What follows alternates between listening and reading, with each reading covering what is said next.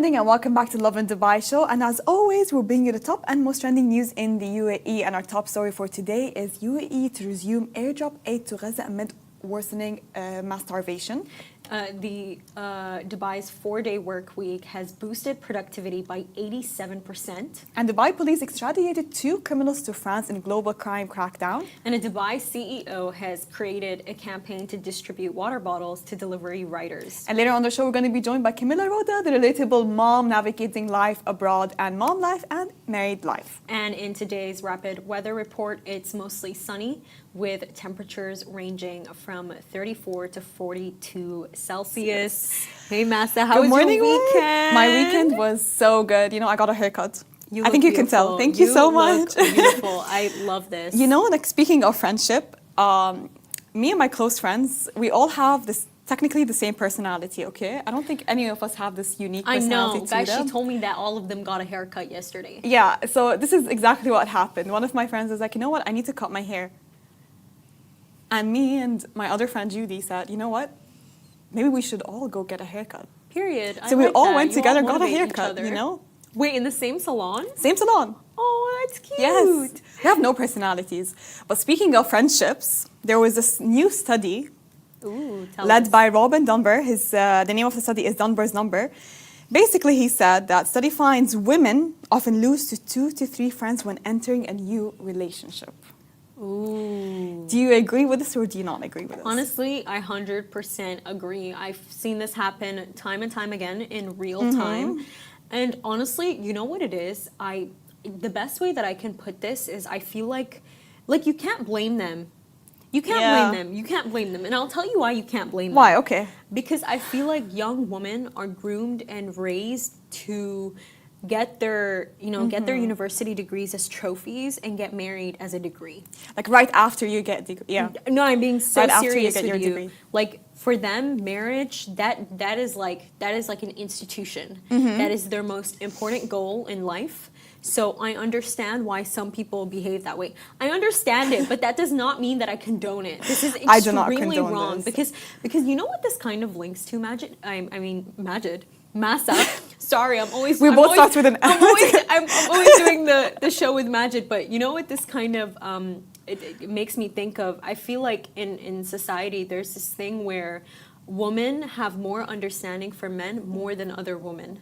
So if a man and a woman make the same mistake, women are so ready to drop that friend, tell her goodbye. But no, you have men, he will cheat on you and then he'll get down and propose and you'll say yes. Take him back after 10 times of mistake. Exactly. Yeah. It's always like that. This is what I mean. So this is why they're losing these friendships. It's not even just from their side of this idea of they're not putting in enough effort because they're in a relationship, but it's actually because of the fact that the friend is there like, girl, me and that man both did the same thing and you're giving me the silent treatment. But you're out with him? No, it's so stupid. It's not fair. I swear to God, a lot of times it's so stupid. And I've seen it firsthand, okay? A lot of girls would sympathize with those men and forgive them over like the biggest mistakes. Exactly. But God forbid you make the smallest mistakes of, for example, not showing up to a hangout. I love this. You're gone. This. Exactly. You're gone. You're cut off. I mean, and you know, it's so funny. It's so funny because you have women and they make so many excuses for men. But if you actually think about it, men are more simpler than women. They tell you things as they are. Things are exactly as they are. You don't need to dig deep. There are no holes to read into. There is nothing. No, seriously. So if you're not getting the treatment that you deserve, it's right in front of your face. You just have to wake up and you have to look at it.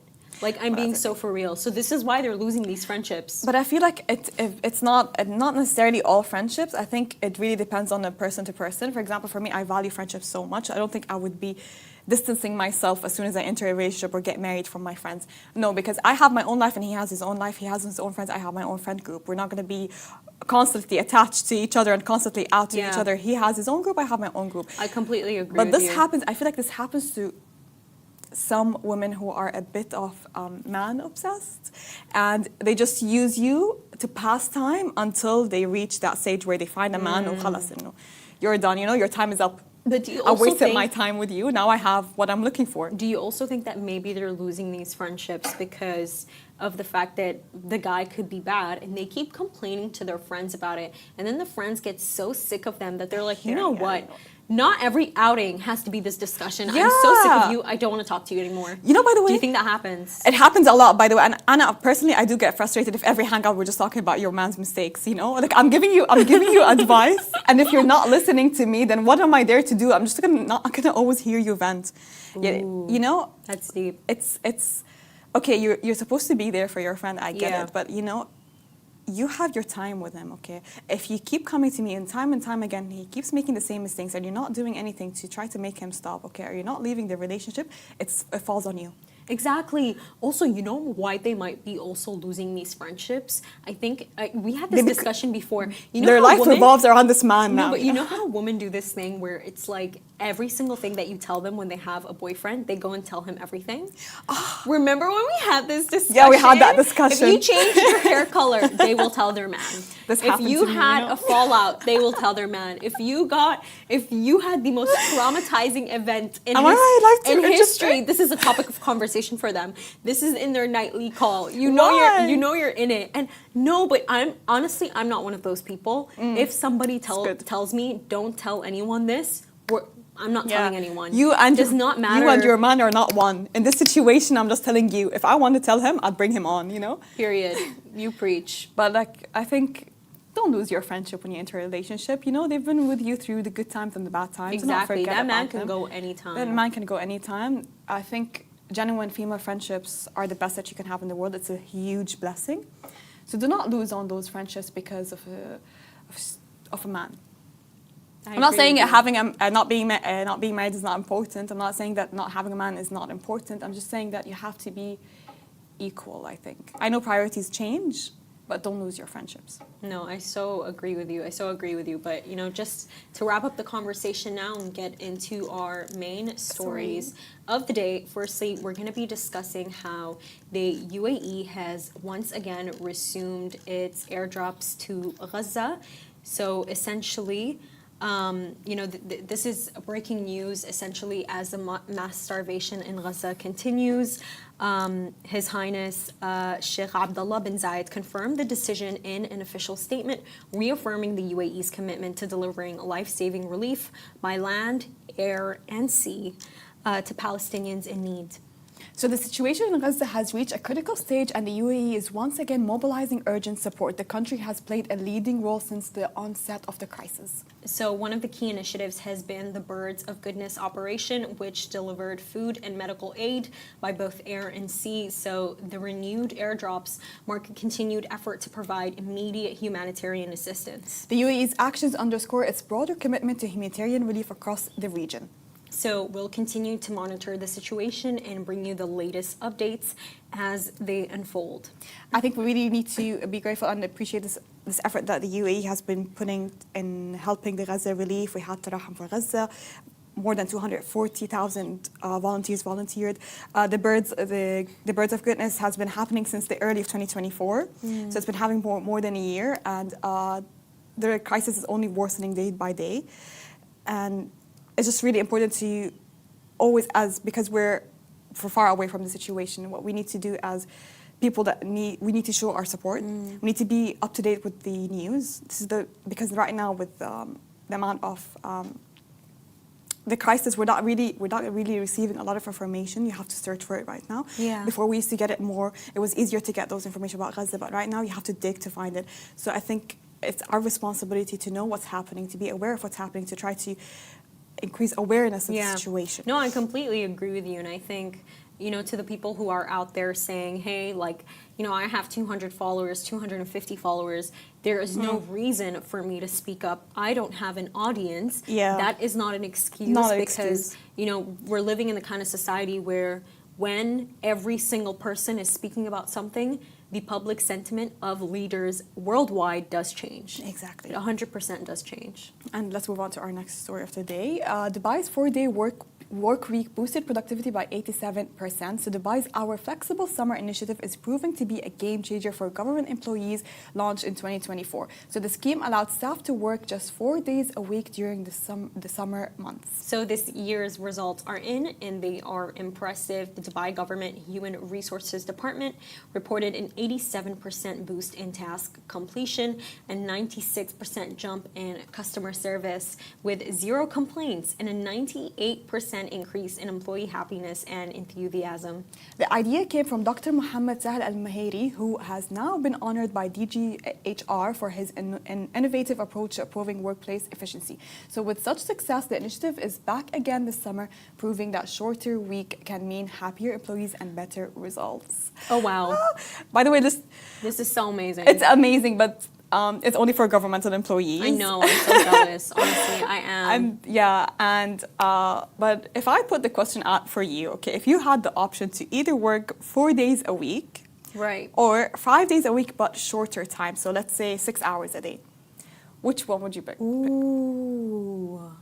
Girl, I am in for the 6 hours a day. Really? 6 hours a day? Would you not rather have That's 3 perfect. days? Oh my God, that is a tough question. No, I would rather, honestly, I would rather do 6 hours a day for 5 days because I feel like this thing does happen to me where during the work week, like I have a long holiday where I feel like I like disappeared, I logged off. So I feel like I'm most productive midway of the week after building my momentum again. So if I just have 4 days of the week, that is not enough time for me to build momentum. True. Does that make sense? And it might lead you to do a little bit more overtime if you need to get everything done before the weekend starts. Exactly. This is what I mean. But also, if you think about it, like if you had 3 days off, let's say Friday is the day where you hang out, okay, Saturday for family, and then Sunday for errands. Or Sunday for bed rotting. Or bed rotting, yeah. Like, you know, Masa, every single time I have an outing in the weekend, I hate going out on Sundays, by the way, because I hate that I can't debrief the next day. Oh, and I know what you mean. And for the people asking, what is a debrief is like, say me and Mas go out for dinner. Next morning, we discuss how much we loved it. There needs to be the discussion. Or what happened in that table. Exactly. Or what we saw. I hate that I can't do that. I genuinely hate it. Like, I don't have time when I walk into work. There's no debriefing. I know. You have the bam, bam, bam, bam, work. Yeah. Exactly. So, no, I would definitely do 5 days. I don't think I would do 4 days. But if it was an option, like, hey, I would not say no. You know, there's worse things to be forced into in life. True. But I think it's just the summer, our summer flexible is just an amazing initiative. I wish I could be part of it. But I'd rather have 3 days for me. I feel like I can split my time really properly. It just helps a lot. And maybe for Sunday you can just, like you said, for bed rotting and running errands, and then. Masi, you know what this reminds me of? Remember in Ramadan when we used to leave work early? Remember when, like, if you start at 2, you can leave at, if you start at 8 a.m., you can leave at 2 p.m. Yeah. If you start at 9, you can leave at 3 p.m. You know what was crazy? I got all my work done within that time. Really? Okay. I'm being serious. I got all my work done. So I feel like this is such a psychological game. If you tell yourself, I am leaving at this time, so I need to get things done. You will work quicker and you will accommodate to that time. But I feel like when you have more time, you have more time to overthink things. You have more time to actually do it. So your body, I feel like, is just psychologically slower. Yeah. I truly do believe that. Or maybe because work becomes a bit less during Ramadan because we don't have a lot of things going on. Really? Yeah. I know. It does get less. No, it was. But during Ramadan, I was not productive at all. Like, as soon as I'm home, I'll be sleeping until it's iftar time, and then my day starts at night. I had a really messed up schedule during Ramadan. No, you know, for me, I feel like what changed for me when I started working, I don't nap anymore. It's so strange. I don't nap. I feel like I need to make use of every hour, you know? Exactly. Every hour I feel of the like day. my day is lost. Like, imagine getting home at like 6 p.m. and then taking a nap. Like, what happens next? And then you wake up at 8. House is too late now. Literally, you go have dinner and then that's it. The day's over. And because you're so tired, you know you're going to sleep again. Yeah, that's the thing. You know you're going to sleep That's again. why I don't do naps. I make use of every hour, especially during winter. I make use of every hour. Oh, and every hour. And you know, like, Masa, my mother always tells me this. Apparently, like, it's not good to sleep during Maghrib time during that Really? time of the day. Yeah, like it's You wake up so disoriented as well, you know? it's a thing, by Yeah. the way. She tells me that it's not good because that's apparently when the shayateen come out. She's like, "What? Don't sleep during that time. It's like a bad gap. You should be awake to pray maghrib before the sun sets." Ooh. Yeah. You know what? I'm going to listen to your mama. Honestly, try it out. Honestly, Try she's it so out. right because every time I sleep during the evening, I feel like strange, so right? You wake disoriented. up so and I weirded hate out. myself for it, you know? Exactly. I hate those naps that make me feel so disoriented. And I'm like, you know what? Why did I nap? I should have done something more productive. Literally. Just to move on to the next topic, Dubai police extradite 2 criminals to France in a global crime crackdown. So they extradited 2 men who were wanted by Interpol and Europol to France, marking another major win in the international crime fighting efforts. So the suspects were accused of transnational crimes, including attempted fraud and drug trafficking involving psychotropic substances. So this latest operation brings the total number of extraditions to France in 2025 to 10 as Dubai continues to work closely with global agencies to crack down criminals involved in murder, money laundering, and armed robbery, and leading organized crime groups. So authorities praised Dubai's swift action and strong cooperation with international law enforcement in tackling serious cross-border crime. And let's move on to our last story of the day. It's a good story though, right? Yeah, it is. It's a nice positive end. So as temperatures in Dubai continue to soar past 40 Celsius, one CEO has turned a simple act of kindness into a growing community movement. So the CEO is Riz Ahmed. It all began on a scorching summer day when he noticed an exhausted delivery driver struggling under the sun. So he offered him a bottle of water and the driver's heartfelt response struck a chord. So since that moment, Riz made it a point to offer water to every delivery driver who came to his workplace, but he didn't stop there. So he launched the online campaign #WaterForDrivers, encouraging others to do the same. So offer cold water to drivers who work tirelessly through the extreme heat.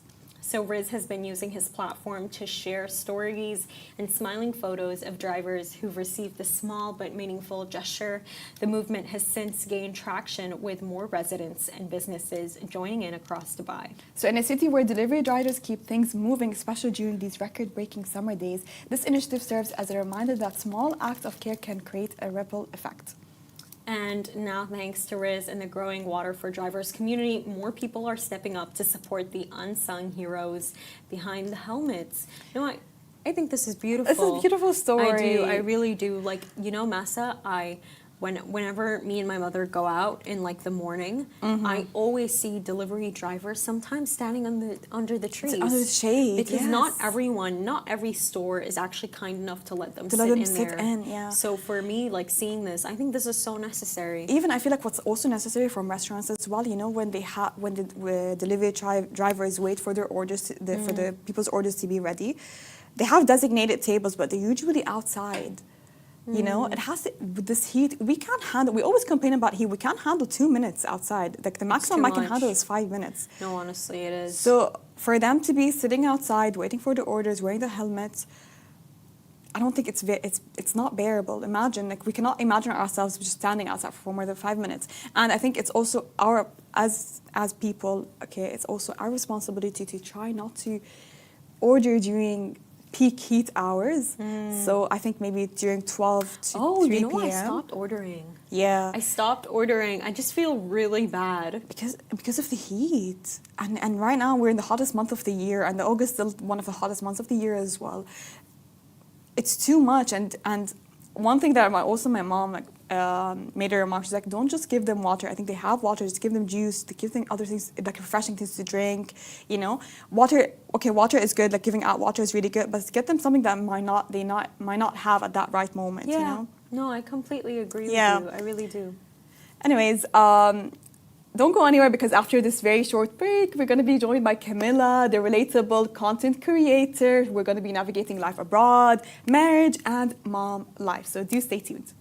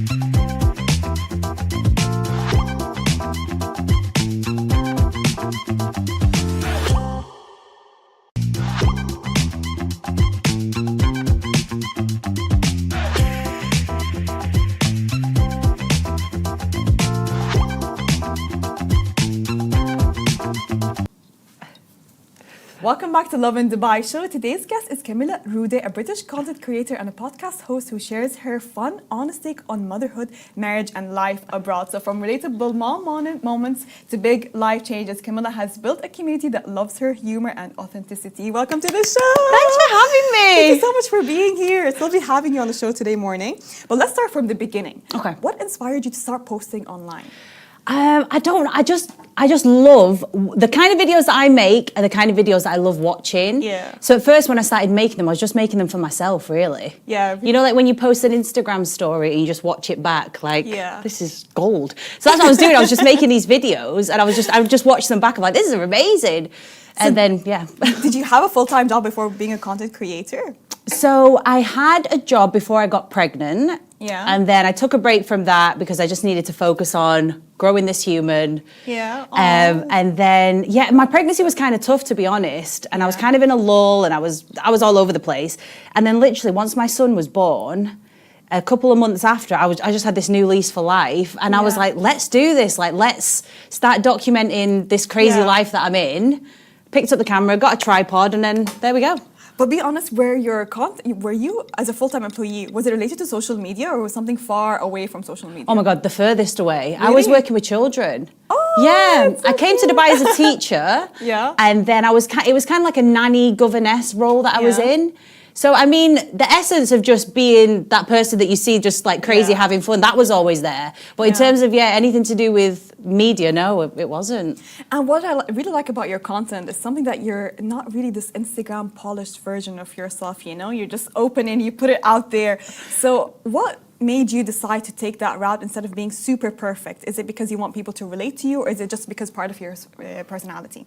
I think it's just easier to be like that. Yeah. It's just so much easier. It's so fun it's so freeing to do the kind of videos that I do. It's just so freeing. Yeah, it feels good also. It I feel feels like so good. A lot of people might relate to you. But you did not grow up here, right? No. Where did you live prior to Dubai? So I lived in a town called Bury, which is, you heard of Manchester? Yeah. Of course, who's not? So yeah, that's where I'm from. So what made you decide to move to Dubai? Well, if you've ever been to Bury, you would understand. What does that mean? Let's not get into it. No, but I just wanted, when I was like early 20s, I was like, I'm destined for something bigger here. I'm destined for some good weather and some good money. Yeah. So, so I heard about Dubai. This was like back in 2015, 2014. And then I just heard about Dubai. I heard that it's just this magical place. The money's great, sun all the time. And I was like, I need that needs to be me. And how long did you live here for Dubai now? So I think it's almost 8 years. It'll be 8 years soon, actually. 8 years? Yeah. Okay, so you basically lived almost your whole life in the UK and then you moved to Dubai. Have you had any cultural shocks when you moved to Dubai? Culture shocks. Yeah, probably just how like prim and proper things are. Yeah. In a good way, you know? Yeah. Like the UK, I'm not slagging off the UK, but the UK, I don't know, just the way things are done. There's like there's less litter, there's no crime, it's just things are just in order here. So that's a big difference from the UK. So how would you compare raising a family in the UK to Dubai? Which is easier, which is better? Where would you prefer to raise a family? Okay, so they've both got pros and cons. Pros and cons. No worries. I would say like the big benefit about living in Dubai is just how safe it is. Yeah, true. But I do miss like obviously family. I think every expat Everyone out here. misses family, yeah. Yeah. I grew up here in Dubai and I Yeah. feel like it's just for me, if I come to think about it, I would raise my family here. Yeah. It just feels safer and it feels like you're open to a lot of nationalities. It's just makes you tolerate a little bit more, you know?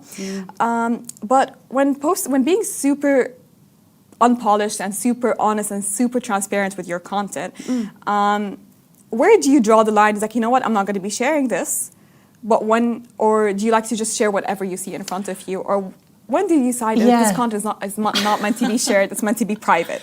Right, yeah, good. Like when it's too much, probably, oh God, just anything like mega do you know what, probably like being drunk. I don't trust myself to be like drunk on camera. That would probably be too much. I don't know, like, because I do like putting most stuff out there. Yeah, I don't know, maybe just like super, I don't know. I do put quite a lot out there. But yeah, maybe like Anything that's just super embarrassing or incriminating. Have you received any backlash for something you posted, or people just love it? Yeah, a little bit. Some people, I can't even remember. Do you know what? If anyone posts anything like negative, I either delete it or just literally just try and get it out of my mind. So do you read comments usually, or do you just move past it? Or you just post without reading comments? No, I post and then I like hang around, and then I do like to read the comments, to be honest. I like to interact with people because I just think if you're taking the time to write a nice comment, it's nice just to like interact, you know. True, yeah. What about hate comments? Usually, does it affect you, or do you just delete them? Yeah, like if people give me like a nasty comment, my instant reaction is to like stick up for myself or like give them like a sassy comment back. But it's just not worth my time. But it's fun, I feel. It is fun. And sometimes I write a good comeback and then I delete it. It's just not worth my time because then I'll be there for ages. But I feel like your page is full of positivity. Why would anyone want to write any bad comments? Exactly. Especially it's a family content. I know. People are just like that. People are just trolls. So your content is usually mom content, usually family content. What would you say is your biggest mom hack for new moms? Oh my God, no, I don't have any hacks. I think my biggest hack for new mums is just to remember whatever but whatever troubles you're going through, it'll just pass. It will pass. It won't feel like it'll pass. It'll feel like, oh my God, this is never going to end. But within a week or a month or like over time, like it's like seasons. Whatever like struggles you're going through, it will pass. Like it all just comes in waves. Do you have any personal experience you'd like to share, maybe? Oh God, how long have you got? I don't, just like sleep. My baby struggled with sleep, but then that got better. And for me, breastfeeding, that was so hard at the beginning, and then it got better. And we were traveling a lot, time differences. Things get hard, and then you all learn. And why would you say it's really important to have a supportive partner in terms of having a baby or a family? Oh God, yeah. Be careful who you're having a baby with because it's so important. Like, I don't know. It's whoever your partner is. Just make sure you guys communicate and.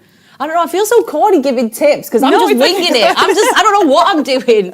I'm just every day. No one knows what they're doing, Exactly. honestly. And do you know what? Maybe that's the biggest takeaway. No one knows what they're doing. We're all just surviving. You know what? Ignore those Instagram polished pictures. Just follow Camilla. Yeah. She'll give you the real reality. I feel like no one knows what they're doing, really, if you think about it. Yeah. You know, we're just figuring it out. Everyone is a new mom, like, maybe technically, and just figuring it out. Every baby is different. Every family is different. You're different. The schedule of babies, you can't really relate to each other. So you're British. I'm British, yeah. Your husband is American. Right? Yes. How did that come together? We met through a mutual friend. Okay. And then we just really clicked. No hatred? Did you not fight over chips and fries? We do at the beginning. It was a bit like, you know, some words are different. He's saying different. But no, we just really, really clicked. And I was surprised because sometimes, like, American humour or Americanisms. I prefer British humour. British humour's good. What do you like about British humour? I think it's dark. Ooh. Yeah, it's like sarcastic. Very sarcastic. Yeah. Well, I was just in the States, and sometimes, like, in like a social setting, I'd give a bit of sarcasm or a bit of like dry humour, and it would just go over people's heads, and you're just like, I have to hold myself here. Yeah. But you're right, though. British humour it's quite unique. It's unique. It's dark. I like it. I think you have to have like thick skin to be able to accept it. You know. Yeah. Oh, yeah. Okay. Yeah. My family. We lived in UK for a while. Oh, maybe nice. That's why. Whereabouts did you live? Let's not mention this. Okay. I'll tell you later.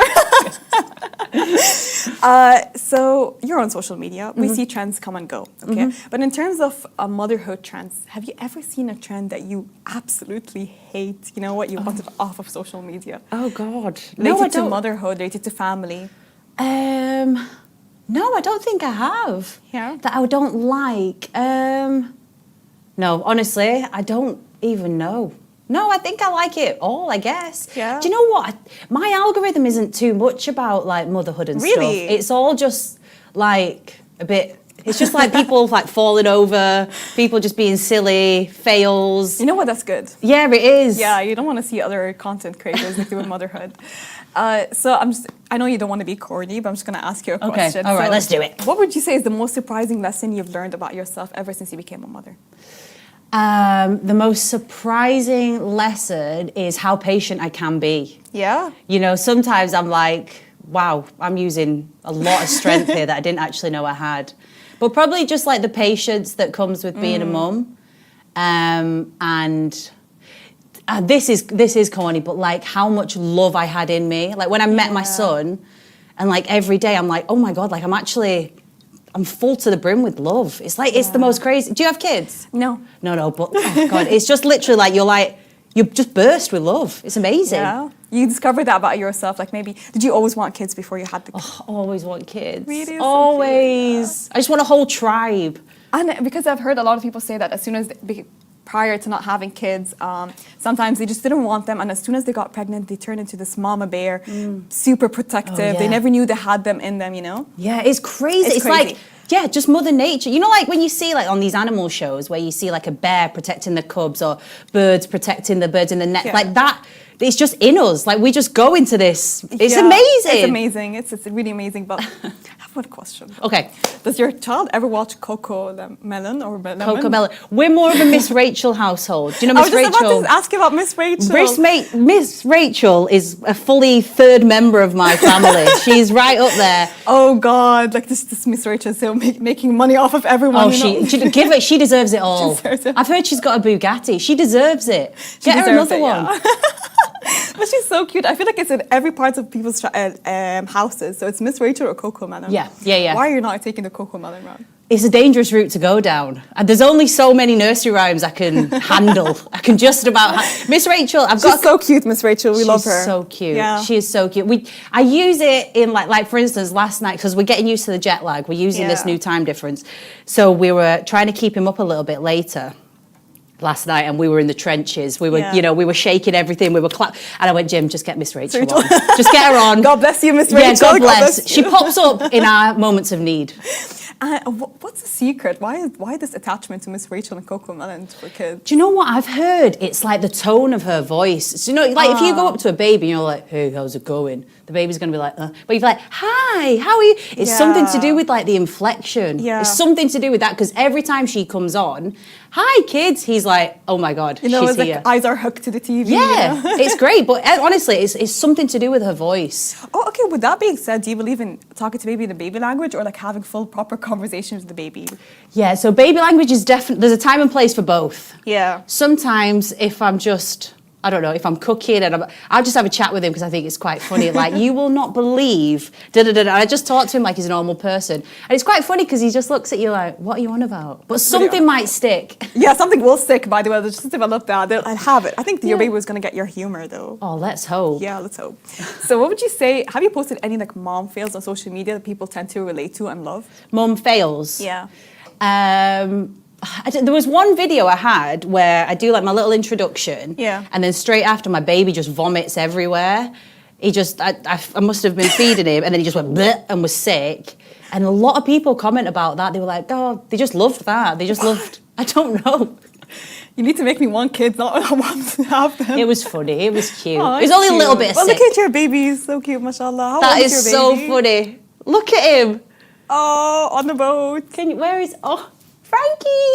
Oh, he's so cute. That was so yeah. I should have had him this morning. Oh, well, yeah, maybe. I mean, he's sleeping, yeah. He would have loved it, actually. Do you know what? He's a bit of a psycho. Whenever he sees lights, he just stares directly into them. I think it's a sensory thing, right? Yeah, I don't know, but he just like stares at it. So he would have loved it in it. Would have loved it. He would have stayed quiet, no tears. Yeah, exactly. So, what is one thing that you wish people truly knew about motherhood?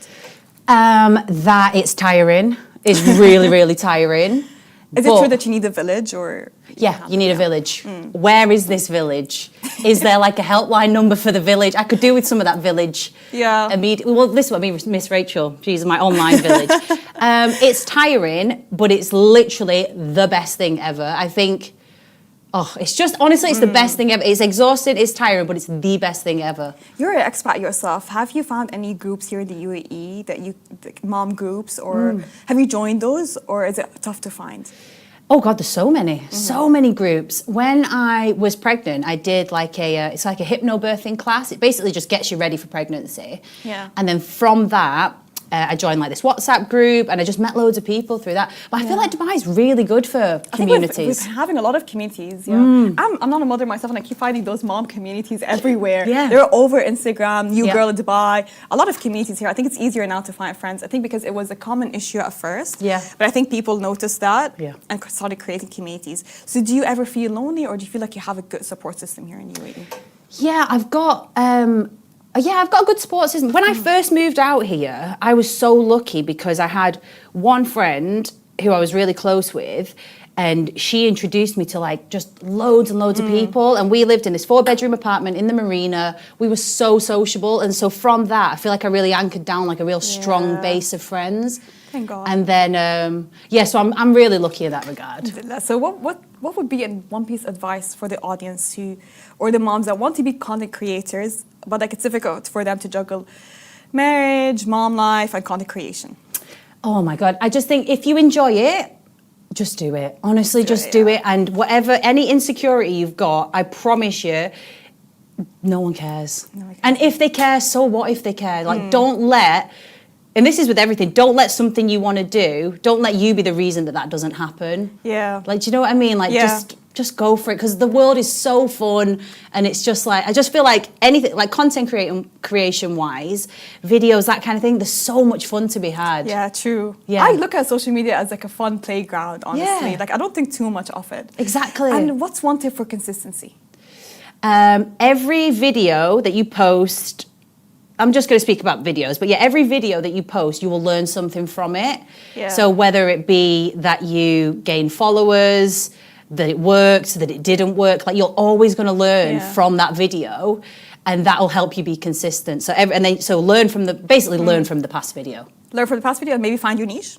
Find your niche, and everyone's got a niche. True, You don't have to true. be like, I don't even know. You don't have to have the craziest, quirkiest thing. Just the fact that, like, say for you, you used to live in the UK, or you've lived here, or I don't. Everyone's got a niche, and it could be the most boring thing ever, but it's still a niche. But you'll find people that will relate to you, though. Exactly. So if people want to find you, where can they find you? They find me on Instagram and TikTok and YouTube. My YouTube's very small. I'm growing. I'm going to grow my YouTube. Be the next Miss Rachel. Well, maybe. Yeah. Really, Camilla, it was really nice having you on the show today. Thank you for bringing this much energy. Thanks for having me. I've had Look 2 at you. coffees, if you can't tell. So No, thank you for bringing this positive energy. Like, you know, with being a mom, but you still have this bright energy. Like, you're making me want to become a mom. Oh, it's all delusion. I'm just running on delusion and caffeine. No, It's I great. think it's your personality. Thank you. Thank you so much for tuning in. We go live every weekday at 8:30 a.m. So come say hi. Bye-bye.